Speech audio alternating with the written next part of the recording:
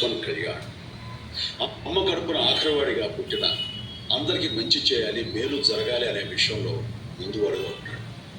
తన గురించి కంటే జనం గురించి ఎక్కువగా ఆలోచించే మనస్తత్వం నా తమ్ముడు కళ్యాణ్. ఎవరైనా అధికారంలోకి వచ్చాక ప్రజలకు ఏదైనా చేయాలనుకుంటారు. కానీ కళ్యాణ్ తన సొంత సంపాదనని కౌలు రైతులు కన్నీళ్లు తుడిచేందుకు ఖర్చు పెట్టారు.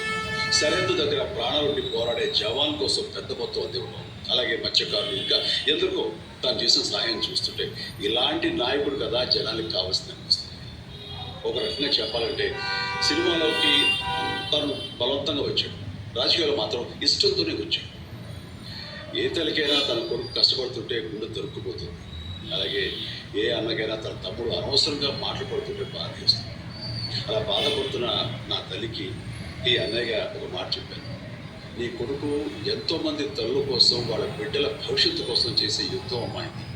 మన బాధ కంటే అది ఎంతో గొప్పది. అన్యాయాన్ని ఎదిరించకుండా మౌనంగా ఉండే మంచివాడ వల్లనే ప్రజాస్వామ్యం మరింత నష్టమని నమ్మి జనం కోసం జన సైనికుడు అయ్యాడు.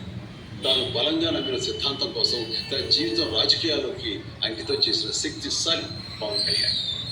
ప్రజల కోసం, రాష్ట్ర భవిష్యత్తు కోసం ఆ శక్తిని వినియోగించాలి అంటే చట్టసభలో అతని గొంతు మనం వినాలి. జనమే జయను నమ్మే జనసేనాని ఏమి చేయగలడో చూడాలంటే మీరు పిఠాపురం ప్రజలు కళ్యాణ్ని గెలిపించాలి. మీకు సేవకుడుగా, సైనికుడుగా అండగా నిలబడతాడు. మీకోసం ఏమైనా సరే కలబడతాడు. మీ కళ నిజం చేస్తాడు.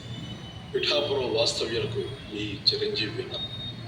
గాజు గ్లాసు గుర్తుకి మీ ఓటు వేసి పవన్ కళ్యాణ్ని గెలిపించాలి. జై హింద్.